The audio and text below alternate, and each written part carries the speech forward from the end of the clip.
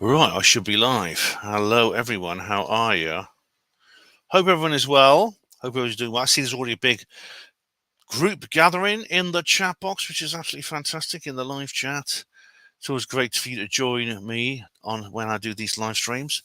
Seeing as I've been very quiet on her Panmo radio this week, I thought, well, I have to do the live stream. I can't just go completely silent, because if I went completely silent, you guys will completely lose all. You'd forget about me, wouldn't you? I think you'd probably forget about me. The reason I've been so silent is basically because, it's basically because I'm going on tour. I mean, some of you know this already. I'll come to the chat box in a minute, but I'm just, I am live, aren't I? Yes, I am. Good. You know this already. Right.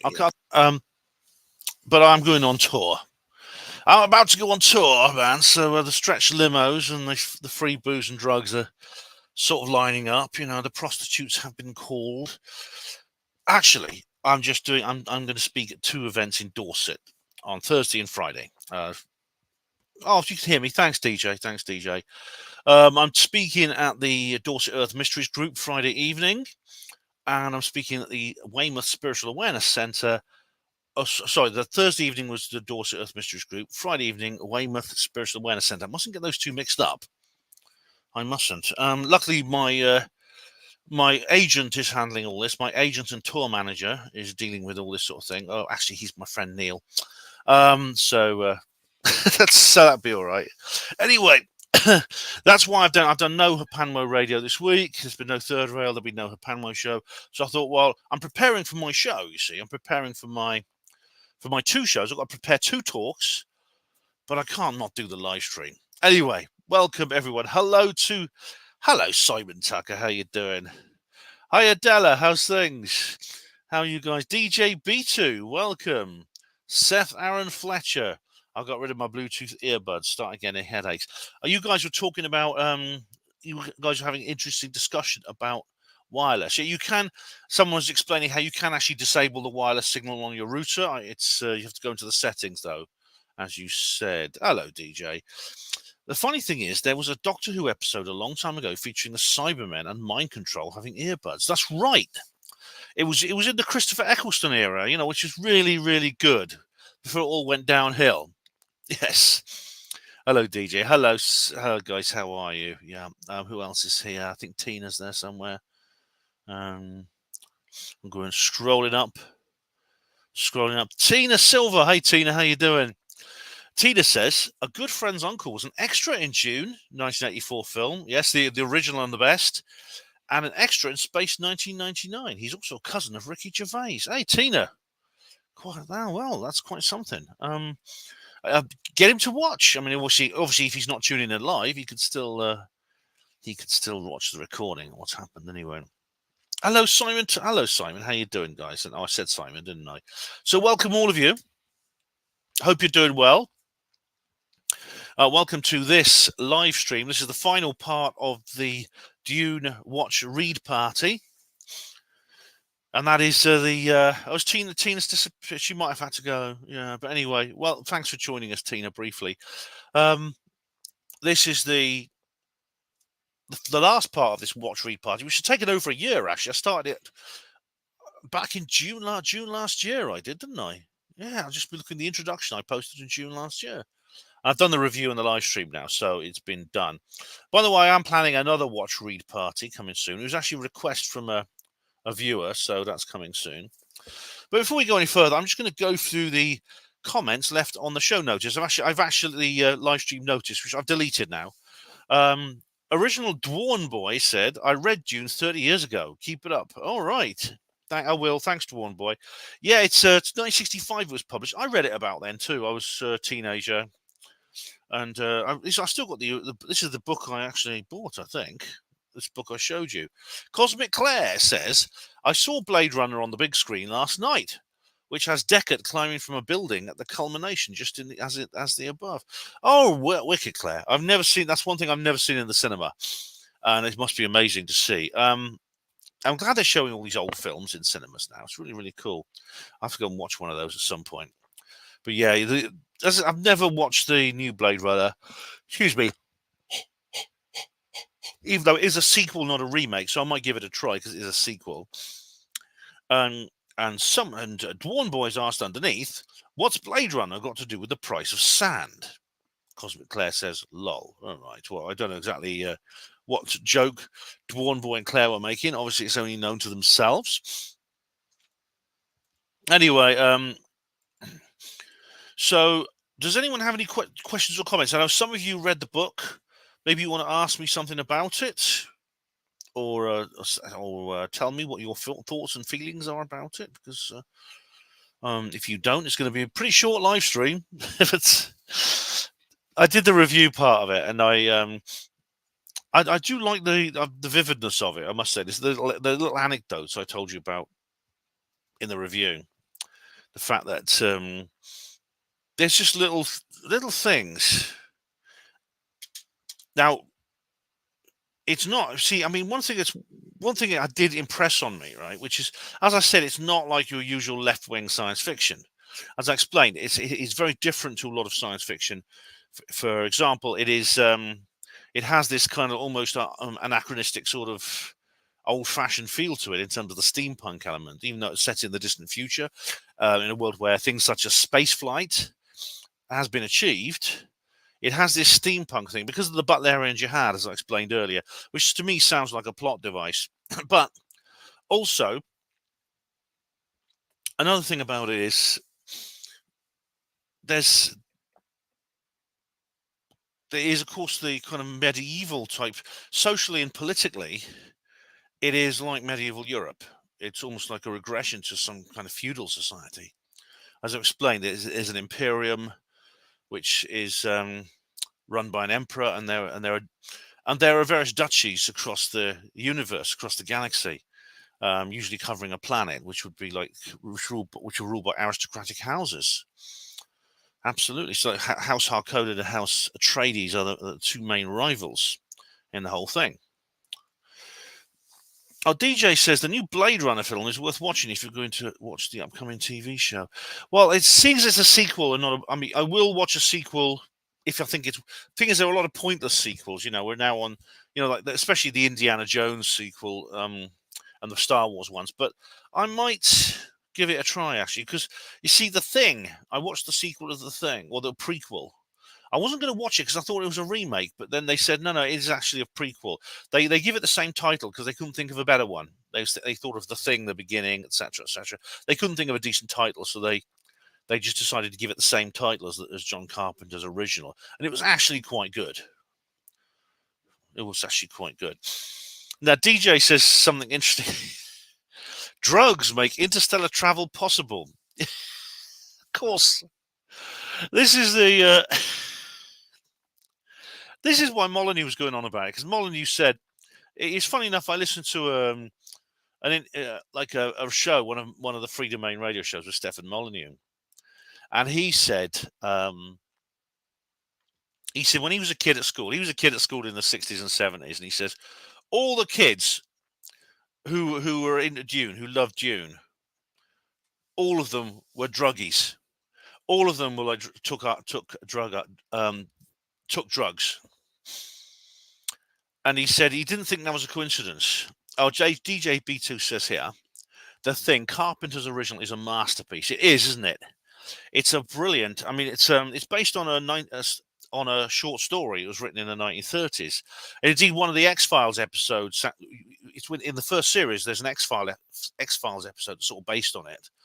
But yeah, the original Thing movie was brilliant. It was brilliant. But it's the spice melange.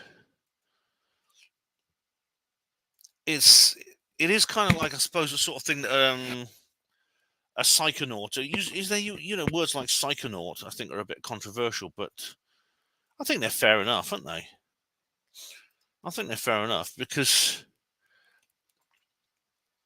I suppose someone like, I mean, there's nothing wrong. I don't have anything against people who sensibly use drugs. I am a drug libertarian, but where is it here? Where's the page about spice?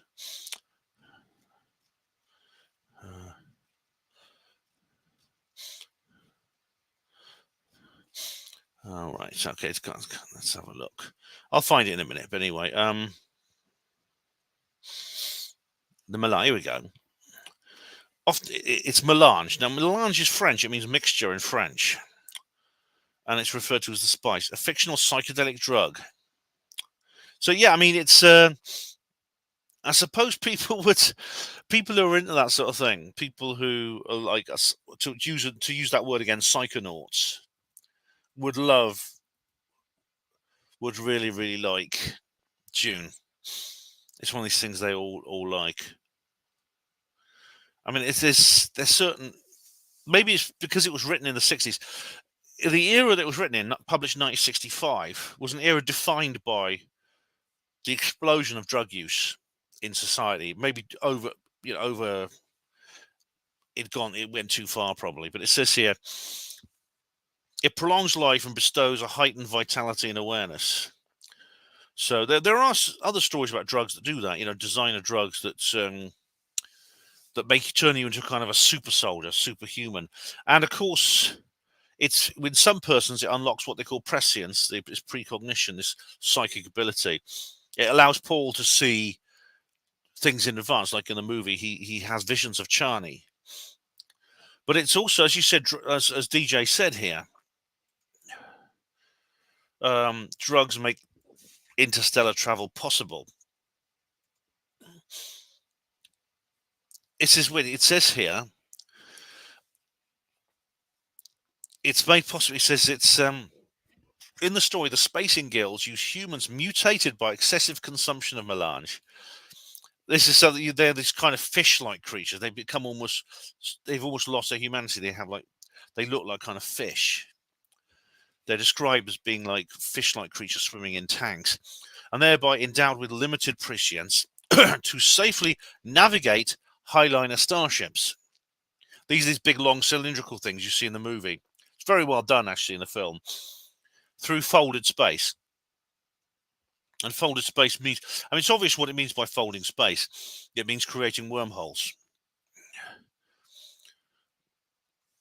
And this is, in larger quantities, the spice possesses intense psychotropic effects and is used as a powerful entheogen by both the Bene Gesserit and Fremen people of Arrakis to initiate clairvoyant and precognitive trances and access genetic memory and heighten other abilities. The Fremen also use the spice to make, and other things, paper, plastics, and chemical explosives. The existence of spice cloth and spice fiber rugs are noted in the sequels. This is interesting because this is, of course, what hemp can do, can't it? Because along with creating cannabis, hemp can be used to create fabric and plastics and various other things. So you can use it as building materials. It says here, melange can be mixed with food and used to make beverages such as spiced coffee, spiced beer, and spiced liquor. This is just like cannabis. These preparations are absolutely copied from cannabis, without a doubt. But of course, it's because it's necessary for folding space, is what makes Arrakis so important. But they have this. The Fremen. You see, the Fremen are these like almost spiritual. They're based on the. This is one thing I don't mind about the Villeneuve movie, because obviously, like, people said, well, they look too Arabian. People complained about it, saying that the Fremen look too Arabian in the Villeneuve movie, and they said it was more anti-white stuff. No. You see, the thing about it is the Fremen were based on the Bedouin. A lot of Arrakis is based on the Middle East. You could see there are Arabic-sounding names for things, like the Shai Hulud, which is, I believe, derived from Arabic, which is the name for the sandworms. Fremen, of course, is just a corruption of Freeman. Yeah, but it's. I think it's pretty clear. I think I can quite trace some of Herbert's thought processes when he created this, and you can see he was inspired by the drug culture of the 60s. And of course, what people who take things, someone says here, I think Frank has a bit too much LSD. He took a lot of it, actually. He took a lot of psilocybin as well. It actually said on his Wikipedia page, because I went through all of Wikipedia as well as reading the book. I reread the book a couple of months ago, But also, I went through the Wikipedia page, and he's also he took a lot of he took psilocybin, he took LSD and things like that, and it shows. It really shows. It is a psychedelic novel. It should be maybe it should maybe classify as a piece of psychedelic fiction, right along with Yellow Submarine and all these other kind of things, and maybe I suppose Illuminatus is psychedelic. DJ says here, I heard something about future telling using either ayahuasca or DMT. Right, you spelled ayahuasca correctly. That's cool. Or DMT. Yeah, DMT, of course, is the active ingredient of ayahuasca. I did a very good video. I'm very proud of, actually.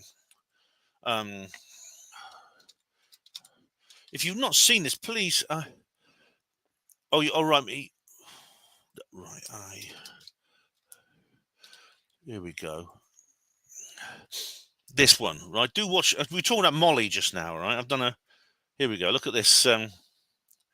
This is my reply. See, ayahuasca, a reply to Stefan Molyneux. Please do watch that if you get the chance, because I'm very proud of that video. I think it's very good if you've not seen it already.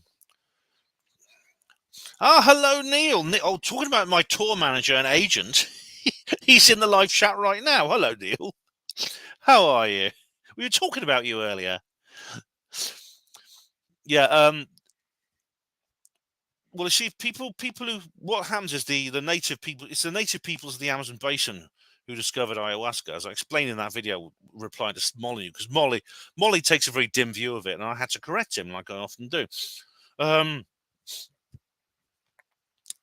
They use it to what they do is when they have these experiences, they literally do enter another place, and they travel to great distances. This is why it's called a trip. And I think it's interesting that it's almost as if the whole Dune universe is like some great big drug trip. You need to take the drug to fold space. In other words, to travel to these different planets, you need a drug. You need a psychotropic drug in order to travel between the planets. If it wasn't for it wasn't for the spice, then all these different houses would be stuck on their own planets, and every single other planet would be like millions of light years away, and they can never reach it. Yeah, it'll be worse than, for example, if they abolished air travel and we went back to having to cross the sea. Take weeks and weeks and weeks to cross the sea. Yeah.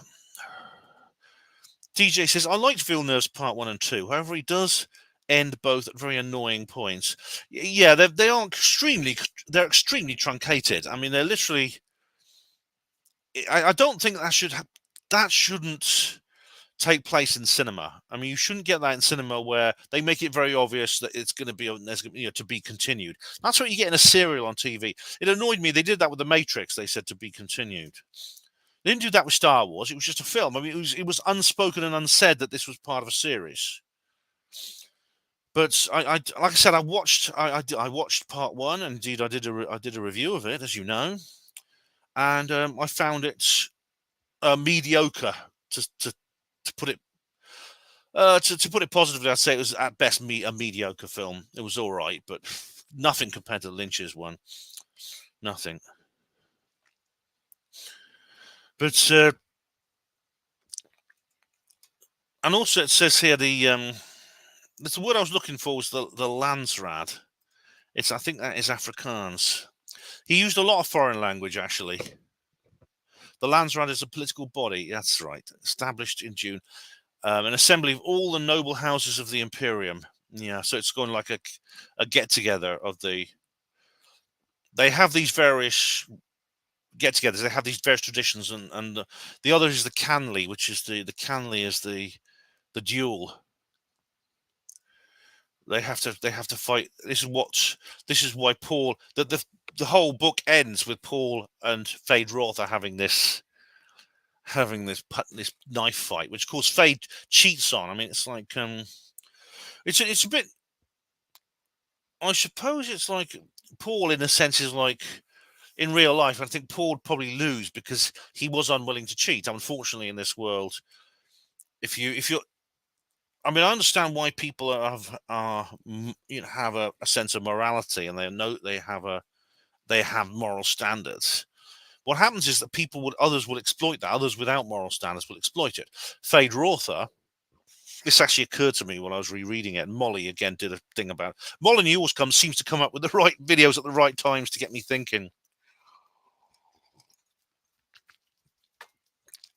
Of course, Rother takes advantage of Paul's virtue by cheating. Now, Paul has the opportunity to cheat, you see, because what happens is Jessica actually, because of course Jessica's terrified about the whole thing. She says, remember to use the Bene Gesserit voice, whatever they call it. Use the Bene Gesserit, the mind control voice, whatever they call it. Hello, crafty nihilist. How are you? Hello, welcome. I love your new artwork. The thumbnail is alive. Yeah, I did that thing where I'm riding the worm. Yeah, it's great. They track the worm with a thumper, the thing which puts out regular. They say you've got to be very, very, even walking. You even have to walk in irregular footsteps across the sand, or the sandworms will hear you, and they're drawn to vibration. Repeat, regular vibration. But the thumper attracts them, and then you grab hold of you actually can see it in the thumbnail of the thumbnail, or the image I used for the notice, which I've now deleted. If you use this hook, like this crowbar, this large crowbar-like device, to pull the segments apart on the worm will then immediately stick it. Whatever part you pull apart, the worm will immediately roll over to keep that segment out of the sand, so that it doesn't get sand inside itself, which is irritates them. Is Rick Horden? Hello, Rick. Sorry, you just joined us. Hello, Rick. How are you? So to me, basically, I'm saying it's interesting that we have a kind of like almost trippy like world in which taking the drug or using the drug is actually essential for folding space. Now, how that works in terms of, what the scientists make of that, I don't know. If you're creating these wormholes.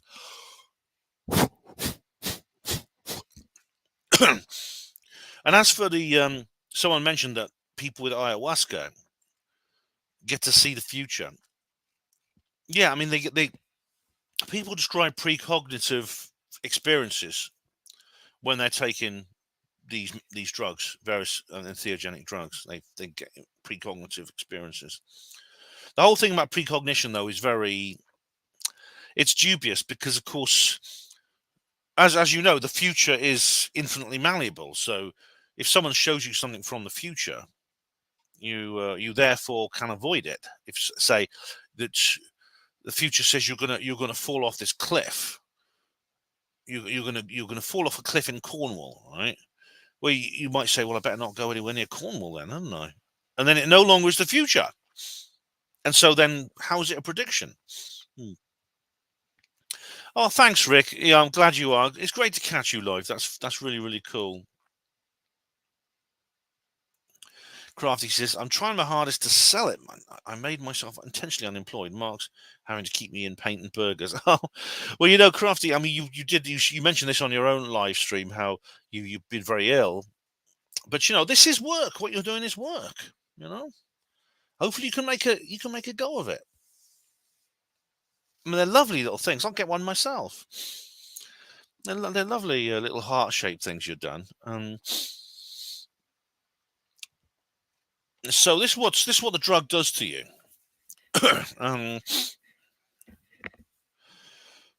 Now, there are, of course, there are sequels. There's Dune Messiah, 1969, Children of Dune, 1976, which I've not read. As far as I know, there's no.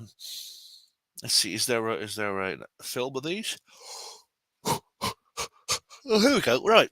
It's interesting. David Lynch had planned to adapt the sequels of Dune during the film's production, with a script tentatively titled Dune 2, based on Dune Messiah. The film had some differences from the novel. After the critical and commercial failure of Dune, the sequel did not proceed. Oh, you see, it was panned a little bit, but I liked it. See, I really, really liked it. But it says here, Dune Messiah and its sequel, Children of Dune, were collectively adapted by the Sci-Fi Channel into a mini-series entitled Frank Herbert's Children of Dune, Right. Prior to the release of the 2021 theatrical adaptation Dune, Denis Villeneuve confirmed that a film based on Dune Messiah is planned and would serve as the third film in a trilogy. All right, I see. Right, Dune 2 is going to cover the second half of the novel. Well, I didn't know that because, of course, I haven't seen it. But there's going to be a third one, which is going to be about Children of Dune. I see. Right. Um, hmm. Villeneuve began writing a script for a Dune Messiah film in 2023. The script was almost finished, but he wanted to take time to ensure his satisfaction. Right. I see. Hans Zimmer's going to compose the score too. Right. Have any of you guys read any of the sequels? Here we go. You can get precog experiences for meditation and detoxing. Apparently, yes. All these sort of things can enhance, if you say, psychic powers and things. Crafty says, "Can you redo your thumbnail holding a dog's lead on some string?" I could have actually done that. Yeah, hold some like they are, like the characters are there in the film. Yeah, but yes. So I mean, one of the most interesting DJ. One of the most interesting examples I can think of, actually, of what you're talking about here, is this the case of a woman who was very, very badly injured in a canoe accident, and she was actually left for dead. I mean, they gave up trying to rescue her because they thought she drowned, and they thought that she had drowned. But she eventually turned up alive. They actually managed to get her out of the water and resuscitate her, and she had a near-death experience.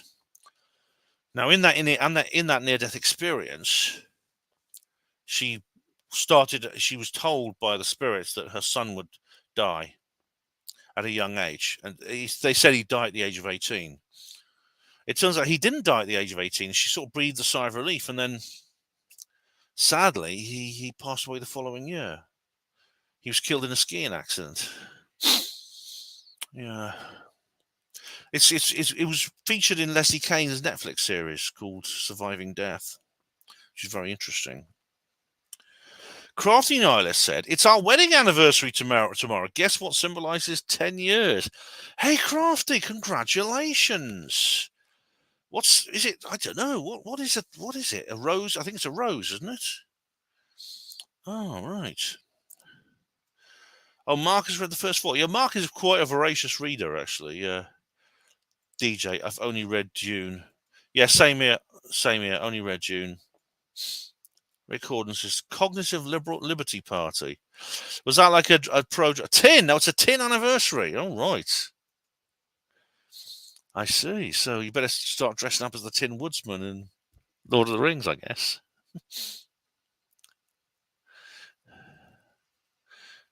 DJ says, question mark sand. All right. Hello, Snarnock. How you doing? Welcome. I've never read or watched Dune or Star Wars. Oh, really? You never watched Star Wars? You never watched any of the Star Wars movies? Blimey. Oh, of course, the tinfoil hat. Yes. Very appropriate. Tinfoil hats all round, yeah. Snarlock, I'm really surprised. I mean, Dune is less well known. It's all a bit more obscure, but Star Wars is like your mother's milk. I think it's almost like part of the. I don't know anyone. I don't know anyone who's never seen Star Wars. Oh, Diego Rivera said, hello. Israel Diego Rivera, genius to the real genius. What's your conclusion on Dune? Right. My overall assessment of it, as I said in the review, is it's a very clever, it's an amazing feat of the imagination. And like I said, it's created with enormous detail. The Dune universe is like far more complicated than it needs to be just to tell a story. So in that way, it's rather like Tolkien. Because of course Tolkien created a universe which is way more goes way beyond in terms of scope and complexity than was necessary just to tell a story. Snarnock says, looking forward to reading Philip K. Dick. Hey, go for it, mate. Go for it. One of my New Year's resolutions was to read more. I've been reading. I finally got halfway through all Invisikids, this book showed by Mike Halliwell about the imaginary friends. I finally got halfway. I got a little bit through that. Hello, Green Tea. Welcome. How are you? So that's my basic conclusion on the book. Is it's extraordinary. It's a really amazing feat. I think it's an amazing feat of the imagination and creativity. It has so many elements to it, which I've described in the review. It has this hero's journey type element to it. Paul, the central figure, Paul. He's also a messianic figure. It's very apocalyptic. All right, Crafty says, "Have you seen? They're saying it isn't the person. Everyone said it. Then they're having a go at conspiracy theorists. Oh, blimey! That the whole Stockwell thing is so depressing. It's so upsetting. It's just like it was just so predictable as well. We all knew this something like this, another thing like this was going to happen, but it's far worse this time with the kids being actually stabbed to death. Oh yeah." Man in a High Castle is good. Right, I've seen the TV series, which is good. It's a very absorbing TV series. The excuse me, a very absorbing TV series, but it's like again the parallel universe thing is extraordinary. Hello, a friend of Jah. How are you?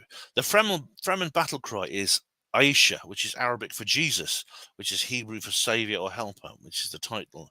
It's a title, not a name.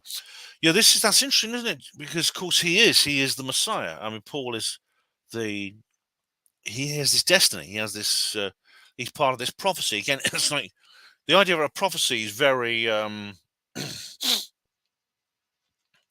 idea of a prophecy is again, it's this is not a normally sci-fi element. It's like Star Wars. Dune has this deep spiritual element as well. This spiritual connection, yeah. Diego Rivera, what are your top 10 sci-fi books? Oh God, I don't know. Hello, friend of Jar, how are you? This one, of course, is one I think is in the top 10. But of course, let's not forget this one, Roswell writing a novel of disclosure by someone called Ben Emlyn Jones. Who's he? Yeah. I don't know if you include your own, something you've written. Possibly you can't include something you've written, yeah. Snarnock says, I cannot bring myself to watch Star Wars. I've got an image of extreme geeks dressed up in costumes at a convention in my head. You see, that's what you do get, unfortunately. Well, not unfortunately. There's an entire culture built around Star Wars. It is a cult franchise. Yeah, it's a cult. It's a cult franchise, which means it is something that completely rules some people's lives. Yeah, that's absolutely true. DJ, the Stockport thing is tragic. It's beyond that. It's a crime. It's a. I don't know how much can I say on YouTube. It's a crime against. It's a murder, but it's also a crime by the government against the people of this country, because it's been done. The circumstances by which this crime took place were deliberately engineered by the government. Keir Starmer, I mean, honestly, I saw him laying a wreath. How dare he? He's got a damn nerve showing his face there. I'm not surprised people heckled him. Crafty, I wonder what RDH says about it privately.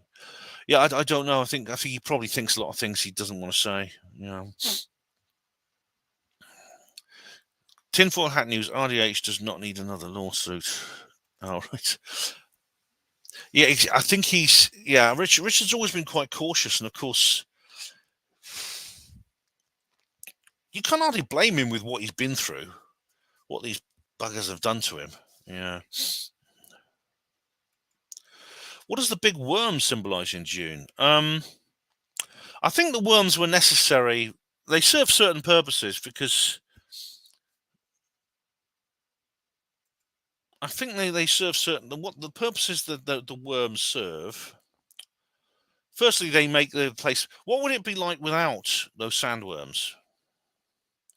These enormous creatures. I mean, these it says here the sandworms are colossal. Their larvae produce the melange, colloquially, the most essential and valuable commodity in the universe. Again, because of space travel, etc. Melange deposits are found in the sand seas of Arrakis, where the worms live and hunt. Harvesting the spice from the sand is a dangerous activity, because sandworms are very aggressive and territorial, and harvesting vehicles must be airlifted out, in and out of the sand sea. Yeah, that's right. They have these things called carryalls, which come along and pick them up. They pick the harvesting machines up. There's a scene. In fact, there's a scene with it where Lynch appears. David Lynch often appears in his own productions. He plays a minor role in Dune. He's one of the drivers of the harvester machine. The struggle over the production of melange is the central theme. Yeah, the sandworms are called Shai-Hulud by the planet's indigenous Fremen, who worship them as agents of God, whose actions are to form divine intervention. They are. I suppose this is what makes them more like the Bedouin, because they are very, very. They have this religion called Zen Sunni, which has a lot of similarities to Islam. Again, this brings in the Bedouin, and they're very devout. They actually say, I mean, there's this catchphrase they use, which is God created Arrakis to train the faithful, to test the faithful. That's what they say about it. They believe that they are. I think they believe they're superior people for being able to live on Arrakis. They have the still suits and they have the supplies of water, which they managed to get hold of, and they're storing it for the day when they can terraform the planet. Sandworm. I remember the Sandworm in Beetlejuice. That's a film I've never seen, actually. Beetlejuice.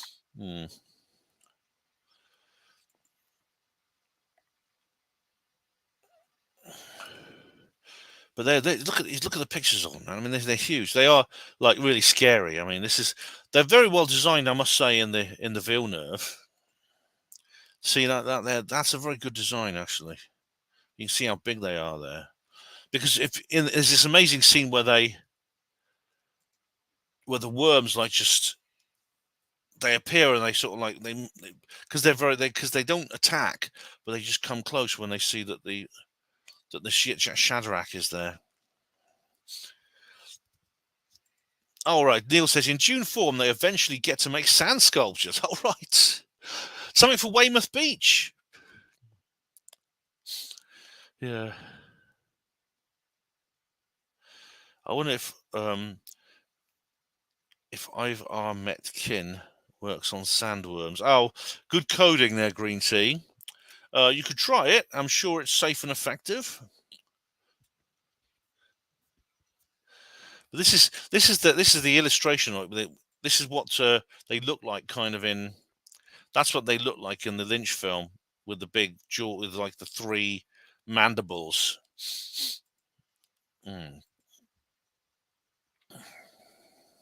I remember in an episode of Blake 7, they have these creatures they call snakes, which have these three mandibles, just like that. But yeah, it says here that the spice is there. They attack people because they don't want them. They're guarding the spice. But it turns out they're not intelligent. I don't think they're intelligent creatures. They don't seem to have like a very high level of intelligence, but they're territorial more than anything else. But the larvae produce the spice. So this is like, a lot of, again, this goes into the drug culture, because, a lot of some of the psychedelic drugs are produced by, for example, mushrooms. So they're the product of decay.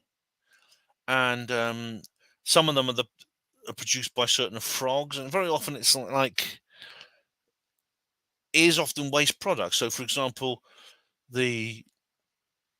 I think it is the Lappish people, the shamans of the Lap culture, they get a high by feeding fly agaric mushrooms to the reindeer and then drinking the urine of the reindeer. Yes. It's all very what's the word? Very new age. Drinking urine is a big new age thing. Do you remember on CMR they used to do it all the time? They're all into drinking urine. I never got into that myself. Record and Star Wars is a bit boring. I don't find it boring. I mean, certainly the first trilogy wasn't boring, but you got Snarlock says Tremors. Yes, Tremors is good. He's a bit later. There's this sort of underground burrowing creature in Tremors, which is like really good, and it's hinted that it's some kind of genetic experiment. Yeah.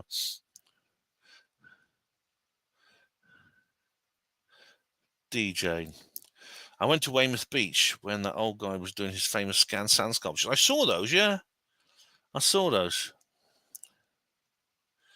Diego Rivera. The Dune worms will go crazy for a spicy curry.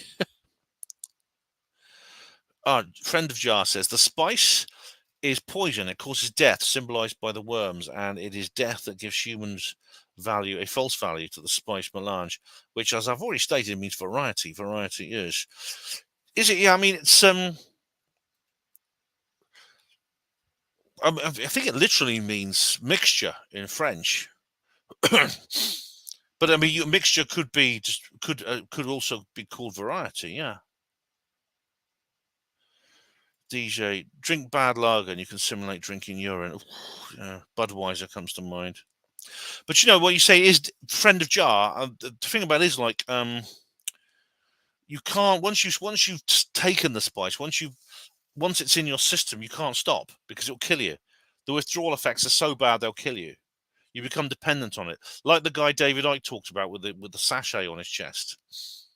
You need that. Hello, Johnny Fettler. How are you? Very. I hope you're doing all right. Mélange au trois, says DJ Beach. I think you'll be thinking of a ménage à trois, which means three people living in a relationship. You know. Oh, but anyway, Castlemaine 4X is nice. Well, it tastes nice if you drink it in Australia. All right, so the worms. I suppose. Think about it. If you took the worms away,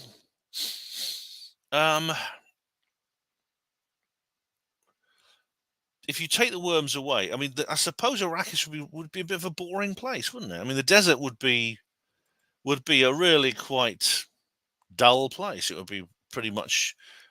I mean, most of the activity, most of the action that takes place in the desert is caused by the worms. Yeah. But it says they're huge. They're described as having, they have gigantic teeth, which are very strong. The Chris knives, which they are made from the teeth. These are the traditional Fremen knives. They make them from the teeth of the worm, and they get loads of things from the worm, like the drink that, like the shamanic ordeal drink, the water of life that they take is excreted by the worm.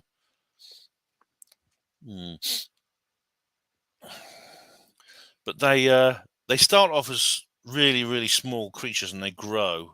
It's actually explained exactly how they grow and because they're huge creatures, but they do manage to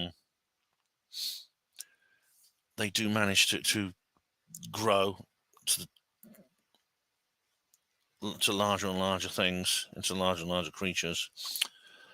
But I think it is actually sort of like maybe just put there just to make the place more interesting. Yeah, they're not necessary from the plot, really. You could have written Herbert could have written the book without them. Diego Rivera says, surely a desert planet needs water. It has water, doesn't it? It has water. See, this is the big secret. The Fremen know where the water is. They have wells and they have reservoirs, but they're not releasing it because until the Atreides arrive. When the Atreides arrive, things are happier because Duke Leto is kinder to them than the Harkonnens, which is why they join forces with Paul to oust the Harkonnens. This is the thing, you see. It's really interesting, and of course, Duke. We were saying before, Leto is kinder because, like, Leto is kind to the people because it is, along with this medieval element to the story, is the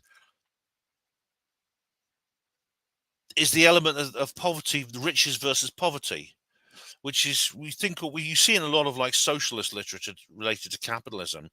but it exists in this particular framework as well. In this particular setting, even though the book itself is very right wing, it's very sort of elitist in a way. So, for example, he abolishes. What happens is the previous duke. They used to like. They used to get water. They used to have this practice when they had dinner. This is not in the film, but it's in the book. And they dip cloths in the water, in these buckets of water which they drink, and they squeeze it out onto the floor. And then the local people, the poor people, can come along and like mop it up, and that's how they get their water. And Duke Leto says, "I'm not going to stand for that." So he abolishes that practice, and instead, he actually just gives the people water directly. All right, let's carry on here. So it has water. You see, in a sense, it's interesting because it's like this is like free energy. You know, in a sense, I mean, it's not really explained explicitly, but in the story, but the very fact that the absence of water is used as a means of control. The same way, perhaps, that the absence of energy or the rationing of energy, which is used as a means of control in our world. So, for example, I mean, you've seen my videos on free energy about how if the government wanted to, they could declassify all the free energy technology, and then we'd all live in abundance. But they don't want us to live in abundance because they control us through scarcity. Scarcity equals dependency equals control. And water serves the same purpose because, of course, they have the equivalent of free energy already. They have anti-gravity devices. I mean, as you know, Vladimir Harkonnen can't even walk without these anti-gravity devices holding up his body because he's such a gross slob. And they have anti-gravity spaceships. And I don't know why they have these ornithopters because, I mean, that's another, leave that on, call it artistic license. But the control of water, or the scarcity of water, is one of the ways that the Harkonnens controlled the population. This is why the Fremen are holding it back, because they basically, it's almost like some kind of social contract. They will turn Arrakis green, which they eventually do at the very end when Paul kills Phaedra Arthur and becomes emperor. At that moment, that apocalyptic moment, they say, "Oh, that's the moment when the Fremen will then turn Arrakis green." And in the movie, it's very, very symbolic. You hear thunderclap and rain starts falling, and then Paul. The last part of the film shows Paul standing there with rain falling all around him. Snarnock. Is there proof that the Mongolian death worm exists? Yeah, the Mongolian death worm has a lot of similarities to the Shai Hulud, doesn't it? You'd have to ask Richard Freeman. I mean, he's covered that extensively. He's written a book about it because he's been to Mongolia to try and find it several times now, and it's a really nasty beast. This thing, it can actually give electric shocks like an electric eel. It's a scary thing. Crafty Nine says, "Oh my God, Ben, you have to watch Late Night with the Devil. You have to do a thing on it. James Randi-esque bloke on it. Late Night with the Devil. Oh, blimey. Late Night with the Devil? What's that? One moment. There we are. Late Night with the Devil. All right. Who's it got? It's a film. A 2026 supernatural horror film.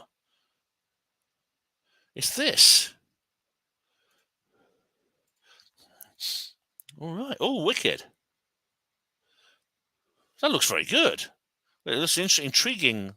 An intriguing thing. An intriguing, what's the word? Intriguing cover. Intriguing poster.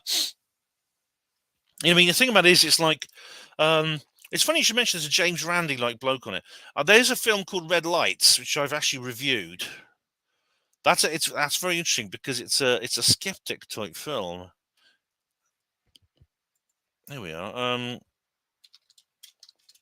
Here we go. Where is it? This film's good. This film it's a skeptic. It's like a skeptic movie. I often thought, as I said here, seeing as Hollywood has drawn so bountifully on the woo-woo scene, I asked myself one day, are there any big screen features inspired by the skeptic movement? It turns out there is. Red Lights. It's this. Has anyone seen this? It's pretty good. Sigourney Weaver, Robert De Niro, Cillian Murphy. It's very good. It's a pretty good movie. I've written a review of it there if you want to look at it. But this looks good. That's the Late Night with the Devil. That's an intriguing title, Crafty. Yeah. DJ says maybe Frank had an intestinal parasite problem when writing the book. Well, he could have had like ringworm or something. You get all kinds of arse worms. Yeah. Oh, they're yes, they're quite. Yeah, I mean, maybe he did. I don't know, because apparently they can affect your brain. They can actually affect your mind. These things. Hmm. Friend of Jar, poison is addictive. Well, some are. Yeah, but some things are addictive because once you start taking them, you can't stop. I mean, the thing is, friend of Jar. I mean, we all know that the spice melange actually is once it's in your system, you have to keep taking it or you die, and eventually it mutates you and turns into a spacing guild creature. But I mean, there are occasions. I mean, this actually happened to a friend of mine. I knew a lady at my hospital, a lady who was one of the cleaners. Her husband was a morbid alcoholic, and at one point, he was actually quite old, but the doctor told him not to try and stop drinking because the doctor actually said to him, if you stop drinking now, you'll die quicker than the drink is going to kill you. And he said, but the drink will kill me eventually. He said, yes, but you probably have maybe a couple of years if you keep drinking. But if you stop now, you'll be dead within 6 months. Horrible, isn't it? When you that's a horrible thing when you become so addicted to a toxic drug that it's actually not worth your while stopping because it'll kill you quicker. Yeah, it bloody terrified me. Late Night with the Devil, Halloween must watch. All right, well that's yeah. Well, thanks for recommending it me. I'll check that out. Thanks, definitely. DJ, water is a key to life. This is why Bill Gates wants you to drink parasite-filled poopy water. Yeah. And DJ says something interesting here also as well. Paul did come from a water planet. That's right. Caladan is described as an ocean planet. So most of its surface is actually covered by water, in the same way Earth is. I mean, 70% of the Earth is covered by the ocean. Yeah, Caladan is the opposite to Arrakis. It's very, very moist. Yeah. Ben, all right. Well, you know me well enough to know what I think. You know me well enough, Crafty, and I'll take your word for that. I will. I will see it. I'll go and see it. Yeah. Friend of Dash says, Muad'Dib says, the time will come when all who are part of the system, like the Collar and the TIE Fighter in Star Wars. That's well, Jar. I mean, Gary Robinson. I know Gary. He disputes this, but I've heard that George Lucas was a big Dune fan. Yeah. DJ Beach. I used to be a morbid alcoholic, and now I only drink 2 drinks a week. Oh well, DJ. I'm sorry, man. I'm pleased that you've sort of. I'm pleased that you've broken the habit. Excuse me. Huge arsehole. How are you, huge arsehole? Same as processed foods. Well, I don't know. I think some people are maybe addicted to processed food. Yeah, I mean, certainly there's people who are addicted to chocolate and things like that. Pie Pounder, how do you do? How are you? Good film. Right. Oh, right. This is a continuation. Friend of Jar says, "We'll turn against us and seek our lives. We must reach the safety of the rock." The thing about Dune is it has this thing. It has the erg, which is they call it the erg or the bled, which is basically sand dunes, and there's rocks and things in between, which act like islands in the sea, where the worms can't get you. Do you think that maybe? I remember ass worms. Yeah, kids used to get them in the days when kids used to play outside a lot. They used to get worms. My brother got worms. I remember. But the thing about it is, it's like, do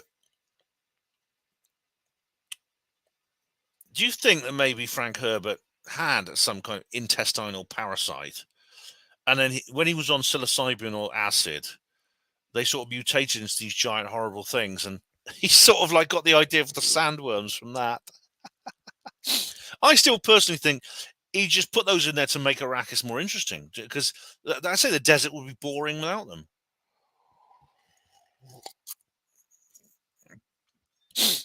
Mm. Oh, right. Yeah, well done, DJ. Thank you. I cut down and now I get. Oh, right. I see. I won't repeat that, DJ, but basically, DJ is just saying that it has helped him with his private life, which is good. Yeah, it's huge. So it's all kicking off in Southport now. Yeah, I don't blame people for protesting. I really don't. What are we supposed to do? So we're going off topic now, which often happens on live stream, so it doesn't matter. But it's so upsetting what's happened. I've seen pictures of those little girls, and it's Keir Starmer turns up, looking all innocent, laying a wreath. When he, as far as I'm concerned, there's blood on his hands. He, not just him, but but Sunak, Blair, all of them. All these bureaucrats are behind this because they deliberately created this situation that allowed that crime to take place, and they did it on purpose. I mean, people say, I heard people are tweeting everywhere. Multiculturalism has failed. It hasn't failed. It's worked perfectly. It's done exactly what it was intended to do. Pie Pounder. If we rule out cannibalism, how the hell do these worms grow so big in the desert? Well, even if you include cannibalism can't make large creatures bigger. Cannibalism is a form of bootstrapping. It's because you can't get more energy in than you put out. But it talks about the sandworm's life cycle. It does actually explain here. They start off as their spores. They are like sand plankton. They're called sand plankton. They're very, very small microscopic creatures. They start off as really tiny, feed upon traces of melange scattered by the sandworms on the Arakeen sands. The sand plankton are food for the giant sandworms, but also grow and burrow to become what the Fremen call little makers. The half plant, half animal, deep sand vector of the Arrakis sandworm.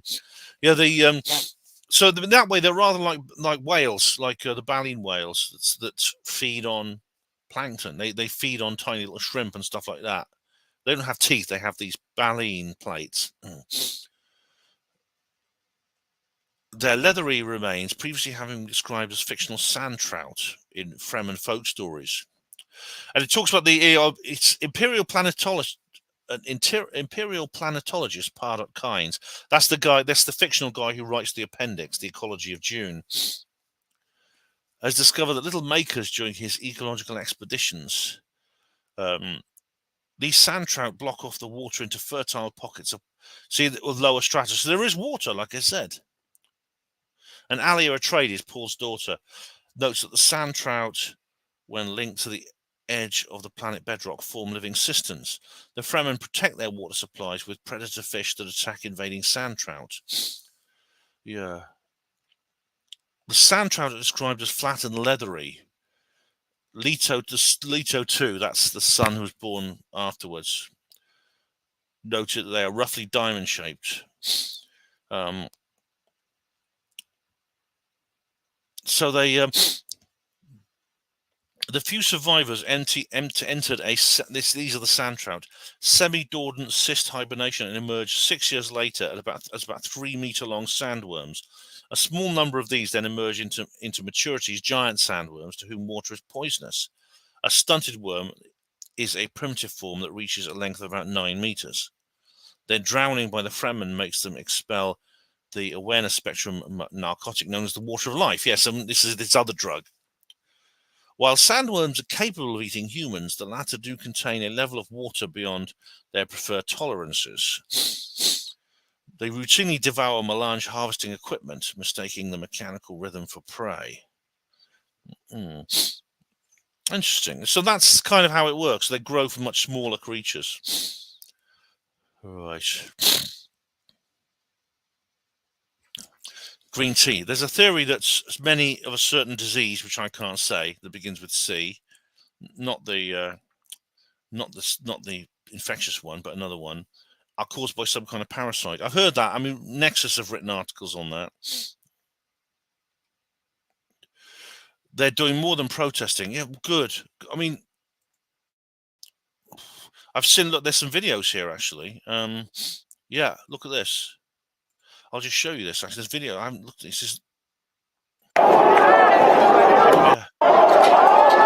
See what you mean?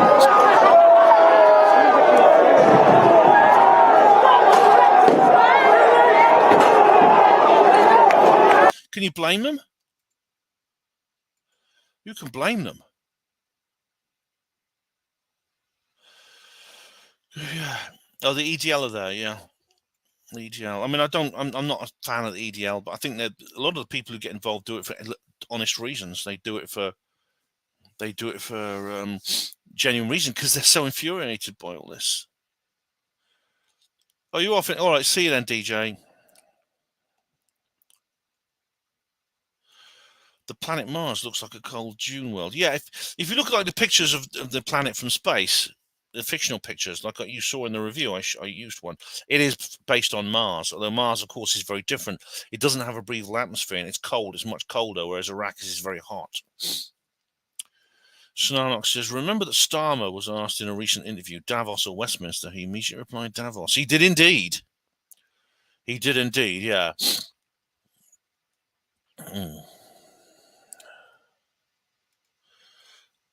Crafty Nolly says, Mark says, whales eat plankton. Well done, Mark. They do.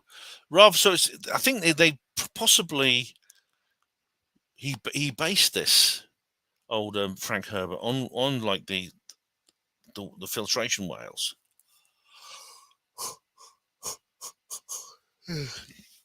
Yeah, so I mean, their teeth look like the baleen plates of these giant whales, although they're actually teeth. They are real teeth.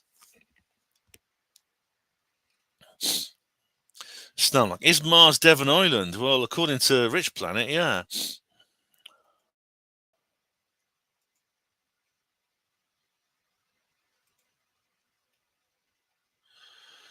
Oh, right, what's going on?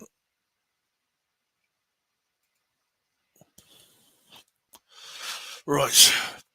No doubt people are saying there's racists now. They're saying racists and far right demonstrations. I bet that's what the BBC is saying, isn't it? Far right racists are demonstrating in Stockport. It says here, clashes in Southport after the town mourns in visual for victims of the stabbing attack. Police van set on fire. Who'd be a bloody policeman in this world? I mean, how could you be a policeman and protect people like Keir Starmer? No, and just turn a blind eye to stabbings and like beatings and things like that, and grooming gangs. How could you be a policeman and do that?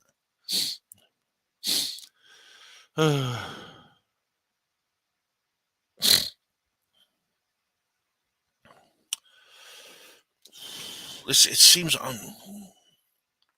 and as Crafty says here, he also let Savile off. Yeah, told us to get a jab. Said he would help Johnson stop people like us. He is. Yeah. Was Dune filmed on Earth? Oh right. Where was? Let's just have a look. Where was the Lynch's film filmed? Where was it actually created? Obviously, a lot of it was studio. A lot of it was studio sets. Here we go. Filmed at the Churubusco Studios in Mexico City. I don't think there's any. Yeah. So there were no sort of like what's the word? I don't think there were any sort of like location shots. There's probably nowhere on Earth that looks like Dune. I know that actually the Villeneuve one was apparently the Villeneuve one was shot outdoors because I think the technology exists now to like change the color of the sky digitally, things like that. Because Arrakis has like a kind of like an orange sky rather than a blue sky. Let me just look it up. Let me just look at where. I'm interested to know about where. Because I remember them saying where it was filmed, actually. I think it was near Dubai somewhere. I'm just curious. June 2021.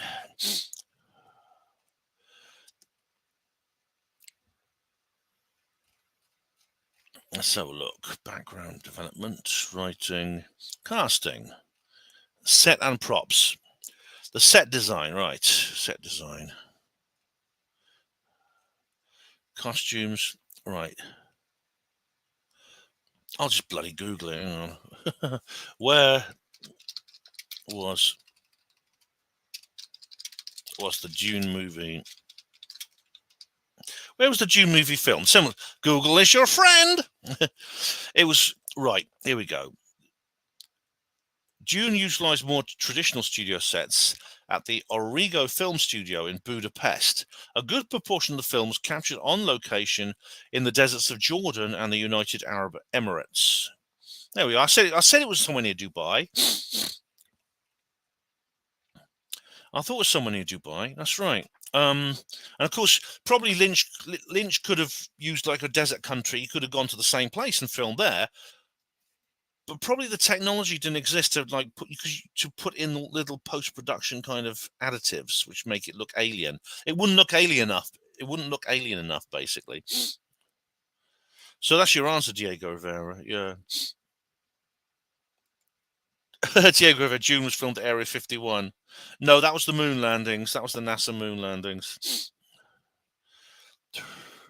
Starmer also took the knee. At least Boris refused to do so. Well, he did at first, but Boris went downhill, of course, didn't he? Crafty Niles. I thought it was filmed in Western Super Mud. Honestly, if you ever go to the beach at Western Supermare when the tide's out, don't go out too far because when it turns, it'll catch you. But there's a huge, it's almost desert-like beach. It's really amazing, even bigger than the one at Lytham St Anne's. Goes out for miles.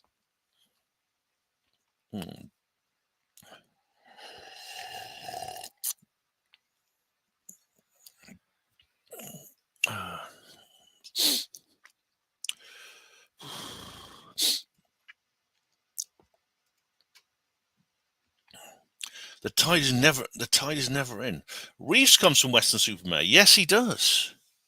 Oh, the tide doesn't come. Well, it does come in. I think I remember because I had an auntie who lived at Clevedon, which is near there, and she warned me. So the tide does eventually. It doesn't come right up. There's like a little bit of sand dune and stuff like that, but it does come in. She warned me not to walk out too far.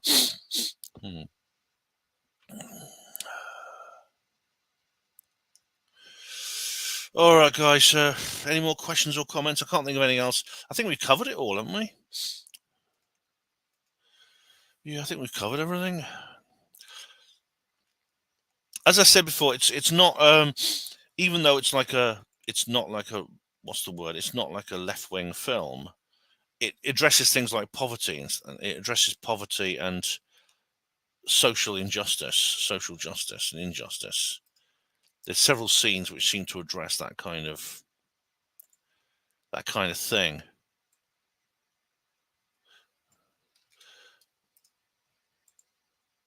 As I said, there's a scene where Fade Rother is told that he would be welcome in the poorest house in Gidi Prime or something. There's that area where he wins because he wins a fight as a gladiator because he's a great fighter. He's a great gladiatorial fighter.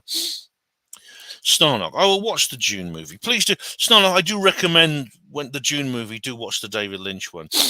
Definitely. But does anyone else have anything else you want to say about this? Because I'm not. Because I think we've covered it all, haven't we? I think that concludes the watch party. Yeah, it's a great movie. It's a great book. Do read it. I suppose reading the others I've got to do next. But I mean, I've got so many things I need to read. But I'm trying to stick by my New Year's resolution. So I've read that, or I'm going to finish that in the next couple of days. Snarnock says Third Rail Radio. Oh, Snarnock, I couldn't do one this week. Are you a member of the group on Facebook? Because I couldn't do one. I put a notice up on Facebook. I mentioned it on the gas banner as well on Sunday night. I could not. I don't have time because I've got to prepare 2 talks for Thursday and Friday.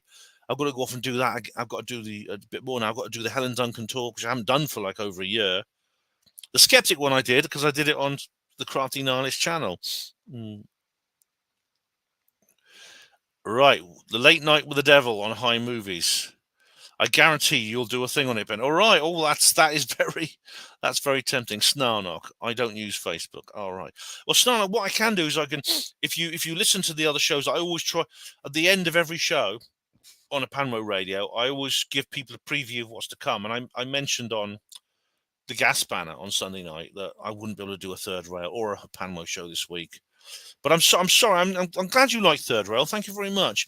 There will be one next week. I'll do one when I get back, I promise. So check that out. Right, bet you a tenner, says Crafty Niles. All right.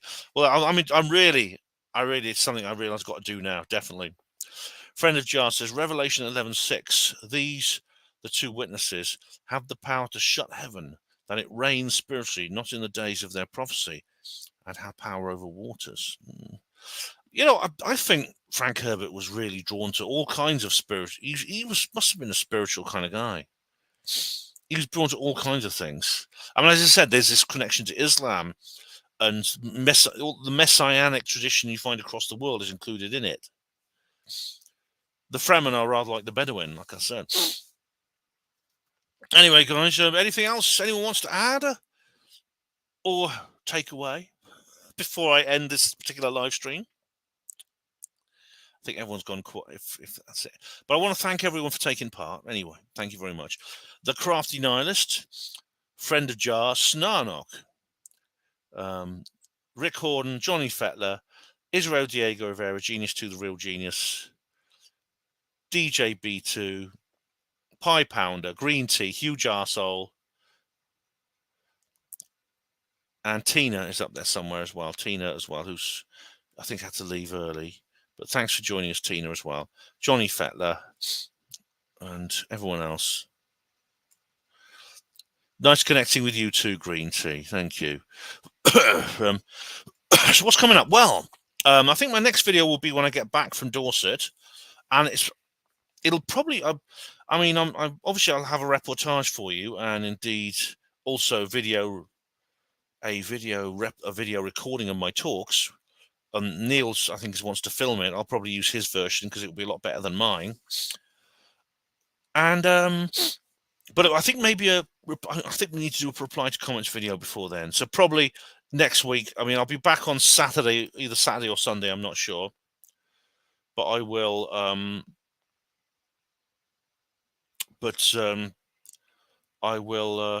will do a reply to comments video probably next, unless something else comes up. I mean, who knows? Crafty Nihilist says, bye, but PM, he says, so PMS, it's Connor's idea for you to watch it, though. He made me. Oh, right, thanks, Connor. But you seem to agree with him, Crafty, so I'm intrigued. I have to go and watch it now, definitely. What's it on? Is it on High TV? Was it called High TV?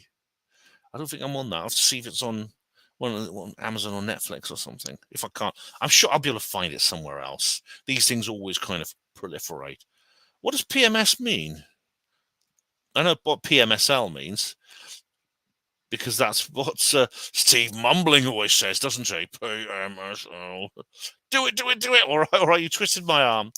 Well, guys, this has been a really, really good... Oh, High Movies Free. Thanks. High Movies Free. This has been a watch party. It's a long one. It's been... It's taken over a year to do it, but this is the last part of my Dune read party. Reading the video and watching the book, and watching the video, reading the book. There is another watch party coming soon. Someone requested the 5 people you meet in heaven. I've got the book. I've both read the book already, and I've watched the movie. I'll get that done with an introduction review and indeed live stream as well. But advance notes. It's by someone called Mitch Albom, and it's a really, really good book. I read the book when I was at the Findorn community, and it was really nice. And then of course there's the movie that came with it. Anyway, guys, thank you. And watch Beetlejuice as well. All right, I'll have to watch that as well. Let's just hope it doesn't go supernova before I get the chance. Thank you very much, everyone. It's been a good watch party. I hope you've enjoyed it. Hospital Porters, pride and dignity. Stop the New World Order.